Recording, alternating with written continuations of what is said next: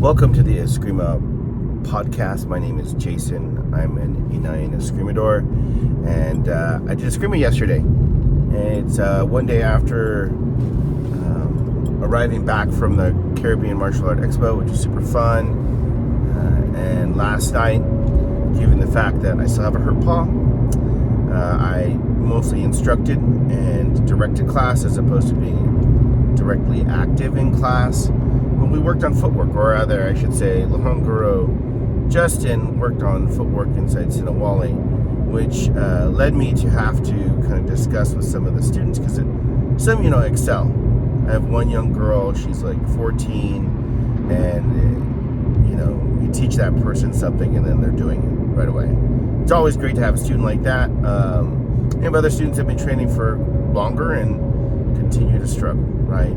And that's okay, because not everyone learns everything easily, right? So sometimes we have to dial it back, right? So I had a short conversation after their double stick practice, working on coordination, timing, rhythm, distance, footwork, right? And we discussed how each of the styles within the Inayan System of Eskrima, which are, complete separate styles, right? They're not like, a subset of a larger art that we've brought in as a composite system or hybrid. Some people will use that term and stuff like that. It's in actuality, in the Inayan System of Eskrima, there's a fully delineated and prescribed curriculum for our Sinawali, our double stick style. There is a fully prescribed and delineated program for our Decordas, Inayan Decordas. Same for our Sarada, same for our Largamano, same for our Cadena de Mano, right? Same for our Espada Daga, same for our Sibat Bangkao, and some of the other styles that are lesser known within the Inayan System of Eskrima. There is, a process, an abecedario or a numerado, if you will, your basics. And footwork is present in all of them in various ways, and how each of those styles use space, right? And use direction of motion, a model of movement to employ whatever given strategy is. And I don't think it's necessarily unique, but it is peculiar to my system, the Inayan System of Eskrima, as my father founded the system, in that each style is truly different, in the sense that it's not merely I've changed the weapon accoutrement that I'm going to use for this given style, which may or may not give a name, like if I'm teaching Espada Idaga as an example, or Olisibarao or something like that, right? It's an actual different set of strategies and tactics. There isn't a nuanced change from one style to another, where instead of doing linear movement, I do circular movement or something like that. It's more defined than that. The easiest way to say it is Largamano is elusive, Sarada occupies the line, Cadena de Mano shuts off the opponent's ability to maneuver. Sinawali is always circling, Decordas is always flanking, etc., right? So, specifically we're working on circling footwork and, maximizing range by, determining which foot should be used at which time, which will also influence shoulder and hip arrangement, right? And that will either decrease or increase range. That stuff doesn't really matter. It's kind of like, for the average practitioner, it's pretty much like, how do I get closer? That's what's more important. The closest one wins, kind of thing, right? So, explaining this both in our theoretical terms, our cipher, but also in more visceral or concrete ways, so that the students have a true feeling of it, so that it truly resonates with them. Because, we want to see them be successful. We want to see ourselves be successful. And in personal combat, right? Your ability to control space, relative position, distance, zone, all of these things is predicated upon how you use your body in general, and specifically how you use your footwork. Footwork is a skill set that is a subset of just the skill of moving, right? Moving in the right way at the right time. And so we dialed it back last night because I was like, hey, you're learning this replacing footwork strategy where you're alternating different types of footwork replacements in order to maximize your range as you move in a circle. But if you can come up with another way to do that, that's okay too. We have to remember, and I frequently say this, we have to remember that, as if we're looking at it from the concrete way, the most direct value of practicing martial arts in terms of, its initial intended use. I'm not actually here to be good at a drill if I'm here for its intended use. Its intended use is the ability to defend oneself and the ability to visit harm upon another if justified and so provoked, right? So, meaning that if my opponent offers me violence, I'll negate that and offer them violence back, kind of thing, right? In order to prevent them from wanting to continue to offer me any kind of violence. And that means that I need to be in the right place, depending upon the strategy that I'm going to use, so that whatever tools are at hand, right, I am employing them in the most advantageous way. I just want to do the best I can, right? And footwork really helps that. I often tell my students, your handwork's important. We practice the handwork first, meaning whether or not you have a tool in your hands, your upper body coordination is the most important. It's usually what saves you first, right? And it's easiest skill development aside from evasion, which could be body movement as well as footwork, right?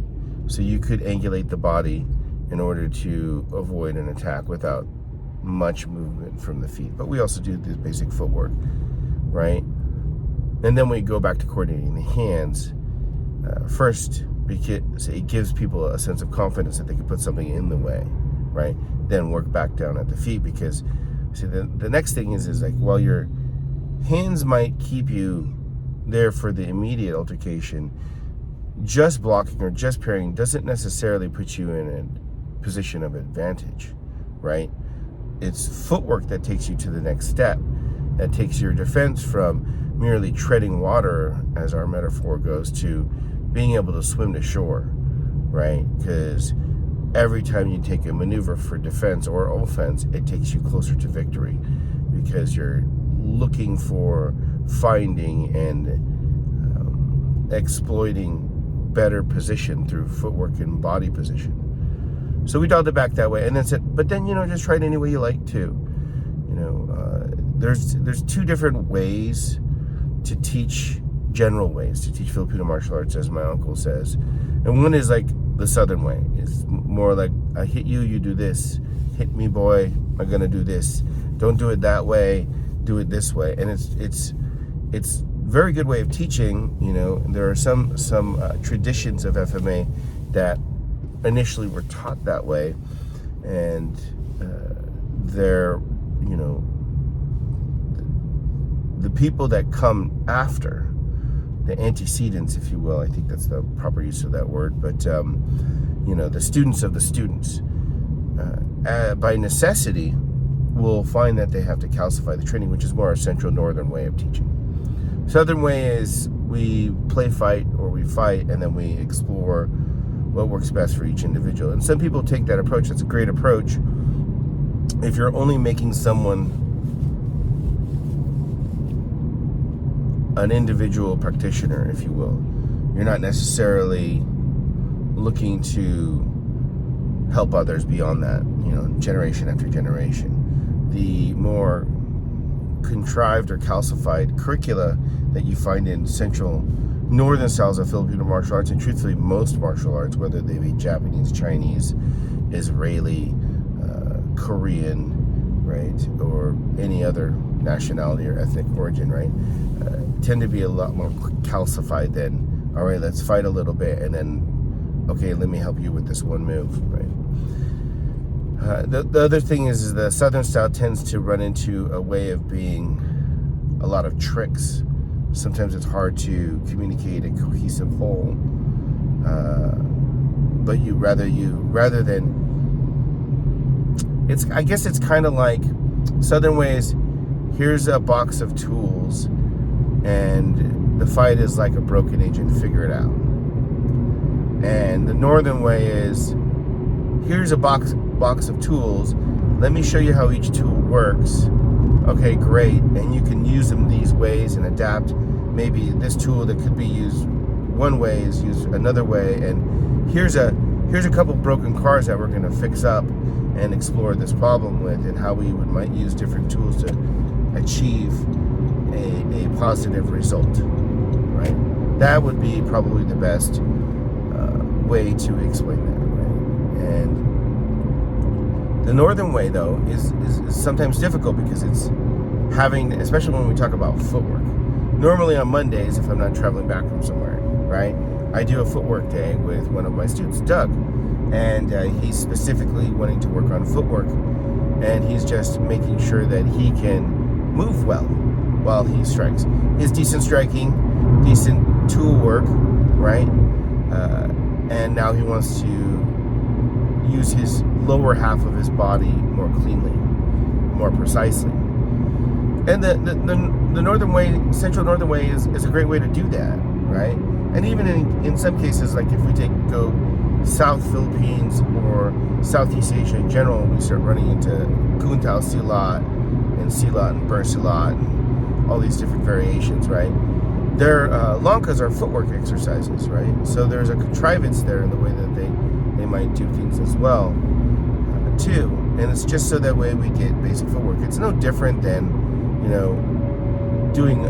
going to train in football or basketball when they have you run the ladders and you do these different footwork exercises. He says most of our coordination is in our upper half, which is why I teach that first. It's faster to teach, right? Developing coordination on the lower half is more taxing for most people. And I'm not even talking about kicking, right? Which is its own challenge. I'm also talking about stepping, not stepping, weight shift on a different part of your foot, right? So as you get more sophisticated with your skill of movement, specifically focusing on the lower half of your body, which leg has the weight? Do they both have it evenly? Is it slightly shifted to one or the other? And on the light foot, is the weight flat on the foot, on the ball, on the heel? Generally not on the heel, but could be on the blade of the foot, right? Is the foot collapsed inward because you're leaning like a European fencing lunge, where most of the weight ends up on the forward leg, the toes pointed directly at the opponent? The rear leg and the rear foot's 90 degrees in arrangement to the front leg, and you collapse over to the side of your foot as you lean deeply in to the lunge, if that is your way, right? And then the front leg, right? Or rather, I should say the heavy leg, right? Is the weight flat? Is the weight on the heel? Is the weight on the ball, right? Is the weight on the edge? It's hard to say. And that's very specific, but not extremely expansive in terms of all the different variation you might see there. But how we use that and move from one weighted position to another, one foot forward or back to another, different orientation of the toes in relationship to each other and in relationship to which way is forward and where the opponent is how all the different styles are different in the sense of, like, boxing, a lot of times the feet are forward, right? In other styles, they might not be that way. They might be more perpendicular or 90 degrees to in relationship to the opponent, where the opponent is positioned, right?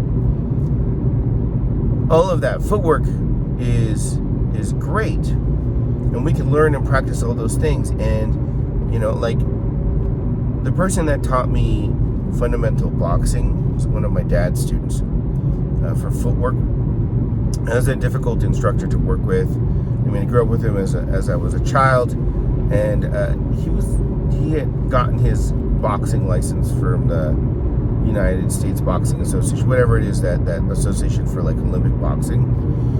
So it's very specific, and most of my lessons were fundamentally just footwork exercises, right? And he's punching, or we're punching. And there are forms of karate that are almost exclusively striking with the hands, with some kicking, right? To the point of being called pugilism, if you will, which is one way to describe boxing, Western boxing. Their foot position is completely different, and their steps are in many ways completely different. Yet both are capable of putting an opponent down. Not to mention that karate striking with the hand can be very different than, or generally just is very different than Western boxing's striking with the hands. So, but all that footwork down there predicates what kind of, or rather I should say, it's kind of like saying just it determines how you can punch, right? Your proximity determines if you can hook or uppercut, or if you have to straight punch, because the hook and the uppercut are shorter range tools in most cases, right? And it comes down to footwork. Everything comes down to footwork, right? And everyone's like, footwork is essential, and then they'll say things like timing is essential. Well, they're almost the same thing. Your footwork determines your position. Your position determines the timing you need to use, whether you need to use a lot of timing or it takes a long time to do something relative to something that could be almost near immediate, right? So dialing it back with the students, it's like, if you can find another way, find another way, but here's this prescribed way of doing things that'll allow you to eliminate a lot of the trial and error. And then again, there comes the fight.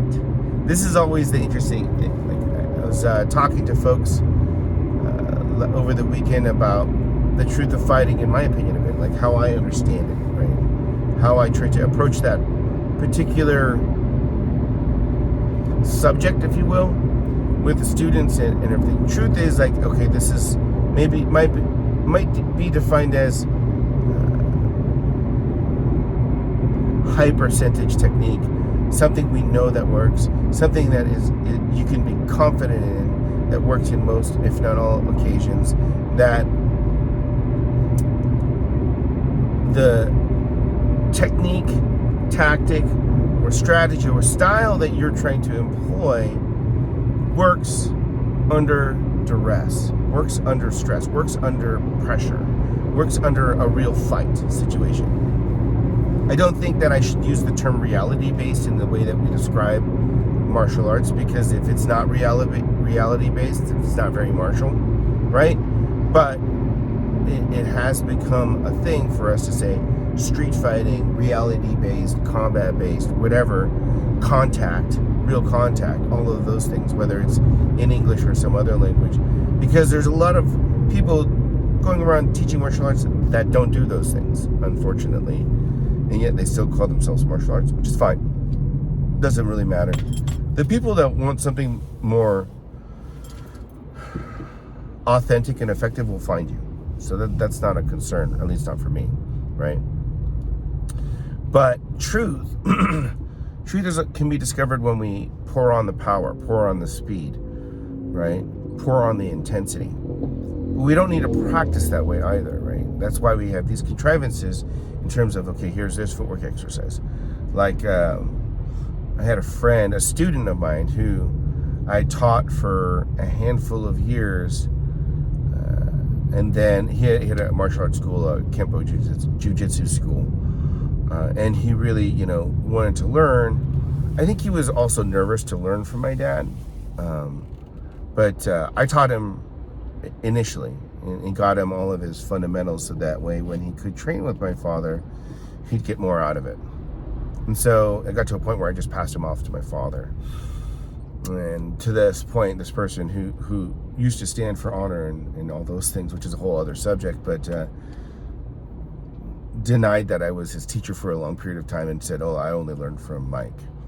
But I really enjoyed his classes and the way that he taught. He's a charismatic fellow, right? And he was good with kids. He was really good with kids, really good with adults. And he had this footwork drill, essentially stepping into, like, you know, horse stance and front stance and back stance and all these different stances, while moving feet, right foot and left foot, in the, you know, cardinal directions and the, you know, the other subdirections. So, you know, if we're using a compass, north, you know, northeast, east, southeast, south with the right foot, and then with the left foot you would go south, southwest, west, northwest, north, right? You kind of do that, and then, you know, shifting where the weight is, because, you know, if I step even, toes pointed in the same direction, that's a horse stance, right?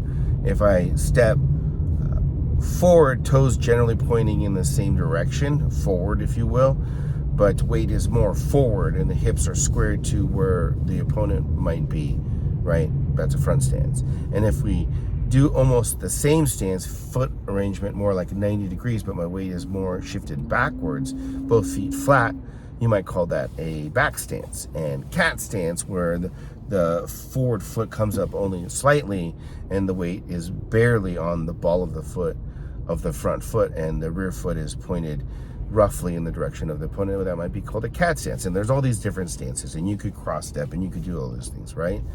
But it was a contrivance, a calcification, because you wouldn't fight that way. But it's a way of you experiencing what the steps are, what directions you could step in, how to place weight in different ways, and how that affects what you can do, right? And essentially, you're from a, you know, a physiological point of view, you're keying in your proprioception, getting the feel of the step. It's a very useful way to teach, not something we need to be good at to fight, right? It's a stepping stone. So when I teach, and I teach footwork, right, and we teach anything really, it reminds me of this idea that I'm going to teach you about a ladder. You're going to go up on the ladder, and at the top of the ladder is success, and here are all the steps. Some rungs you're going to have to take a longer time in, right? And we're going to test whether or not you can get to that rung, if you will, right? And others you just pass by, you briefly touch upon, right? And so I use that as a metaphor of how I'm teaching my students. I'm going to present you 20,000 things, and I'm going to test you on 8,000 of those things. But I need the 20,000 so that you're prepared for the 8,000, so that you can be good with 100 things. Might be the way you might look at it. The idea of, this is what we present, this is the curriculum, here are our focus points, here's our critical core material, and here's our core proficiencies, right? So looking at that, and we look at footwork, dialing back and then dialing back in, here's what we're trying to achieve. You maximize your range. Here's the way that we would like you to practice that. And you may also explore and find other ways, which is part of the 5 paths of learning that we teach or teaching, if you will, in the cipher, right? But footwork doesn't need all of that structure, really. I mean, like, in the old way, they, you know, like, one of my uncles, he says, you know, like, they didn't train with sticks. And the sticks that we train today in Eskrima, those aren't fighting sticks, right? You know, I'll talk to my Uncle Jimmy, and he'll be like, he'll look at those sticks, he'll look at like a 1-inch diameter, especially if they're thinner than that, or if they're just a skinned piece of rattan that's been, you know, shined up and, you know, burned up to have a nice pattern. He looks at it and goes, what is that? Is that a toothpick? Is that a children's thing? That's not a thing. My Uncle Remy is the same way. I got him to demonstrate at an event with one of his old classmates, and a number of us got together and contrived to have this happen, right? Conspired. And it was great because it's like you get to see into the past when you see these two people move. These are people that were training in the 60s. A lot of the people that are teaching today weren't training in the 60s. So there's a different look and feel. A lot of the teachers that were teaching in the 60s who have now gone away, they've passed away, were the ones that actually were fighting.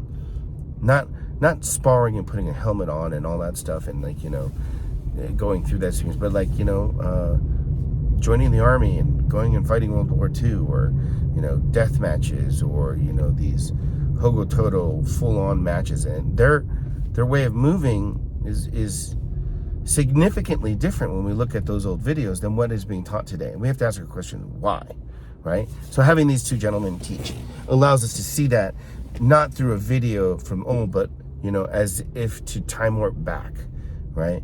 But Uncle Remy's like looking, and he's like, oh, I need a stick. And he looks down at the stick, and it's like a 3/4 inch diameter stick, and he goes, what is that, a toothpick?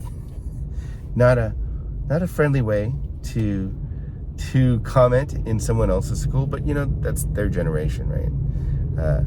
And so you get to watch their footwork. That's what I was really getting to, right? And see the way that they move, the depth of their step, the angle of the foot, the way that they distribute weight and balance, and how that affects overall what they do, right? It tells us something about the art. It tells us something about what could be employed. And if you've done enough and you've stepped enough and you've gotten to the point where you definitely have experience in moving in various ways, right?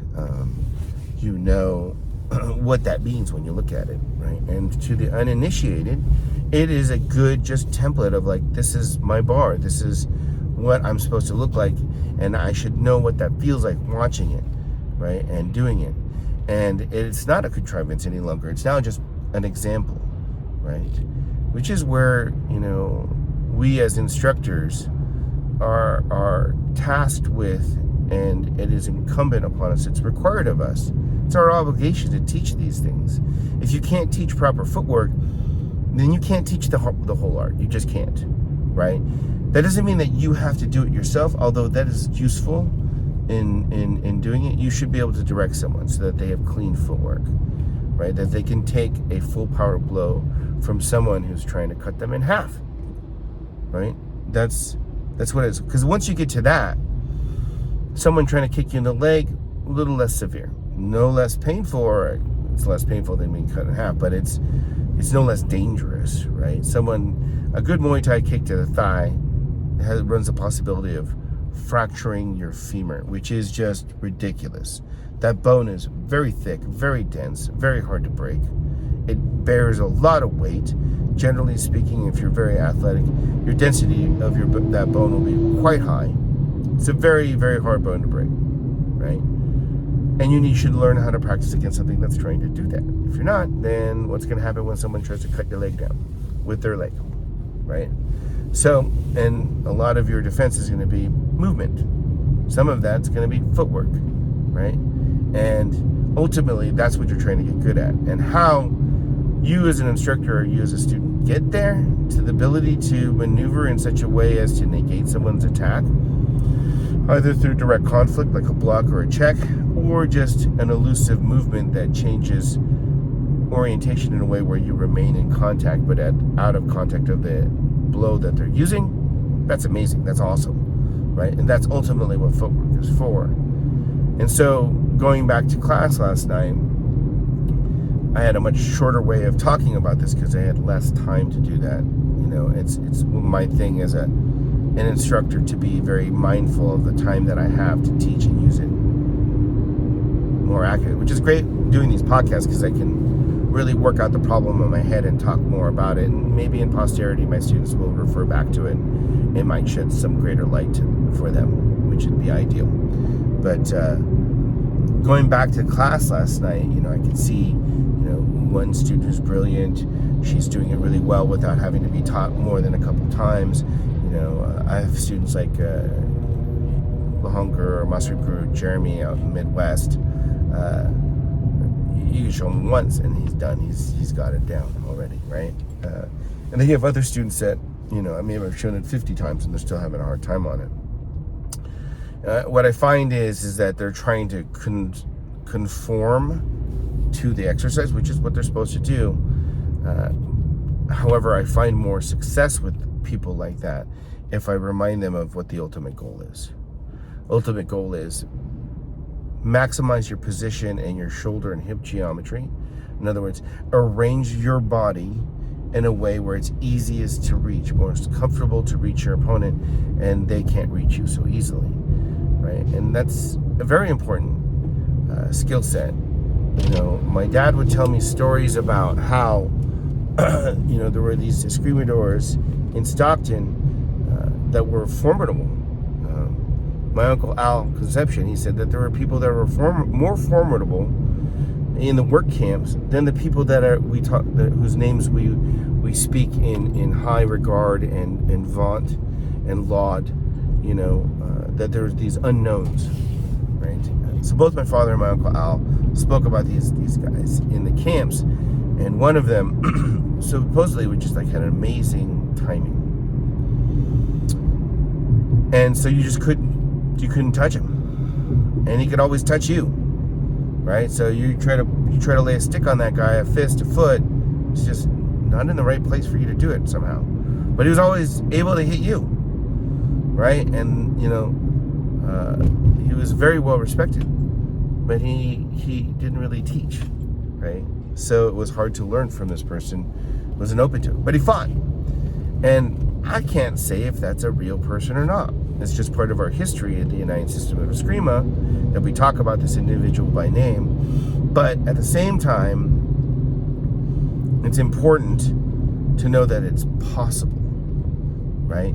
But we don't need this person, because we can look at Muhammad Ali. We can look at the silent boxer or something like that, and then in Prince Nassim, Anderson Silva. There are a number of boxers and fighters over the time in mixed martial arts to a degree, or now I should say, and then competitive sport, karate. Like if you look at Raymond Daniels, that guy's amazing footwork and body angulation movement. Like it's like he floats, and he's always in the right place. And that's not a power focused fighting competition. Right? Raymond Daniels went on to do kickboxing stuff and did well and stepped in the ring and made a good show for himself, right? But his ability to use distance and space and footwork and everything else allowed him to basically control time and space in such a way where he was always able to hit you, right? And then you have people like Anderson Silva, like, his beginning of his career is nearly untouchable, right? Didn't have to work hard to block or something, because he used the final in the cipher we talk about as the cycle or circle of mastery, and he reaches that final point. These men that I've mentioned reach this final point of they use their ability to move as their main enabling skill set for irresistible attacks, right? And impregnable defense. And it comes down to their ability to move and their footwork. So if we remember that's our ultimate goal, right? Especially when it comes to sword and knife play, right? We can't take a hit like a boxer can take a hit or a kickboxer can take a kick. We can't absorb damage when it's a blade. Edge tools are different. Taking a minor wound might mean losing a finger. Yeah, it doesn't kill you and you can keep fighting, but you lost a finger, right? It could be, a slight to complete severing of a muscle that's, very important in our ability to maneuver. You get cut on the top of the quad, that's definitely going to affect the way that you can extend your leg, right? So you can't really take that cut. And the shock that comes with the cut might give you a little bit of extra for a few moments, but when you come down off that adrenaline shortly thereafter, you may find yourself at best crippled, right? You know, and at worst dead. And right in the middle might be Pyrrhic victory, where you win but you die too, right? So all of that is due to whether or not you have good footwork. Sure, you need your put your blade in the way, and you need to be able to utilize your live hand and all of these things. Sure. But if your footwork doesn't get you to and from the fight, it won't matter. So ultimately, be in the right place at the right time. I'll see you on the training floor.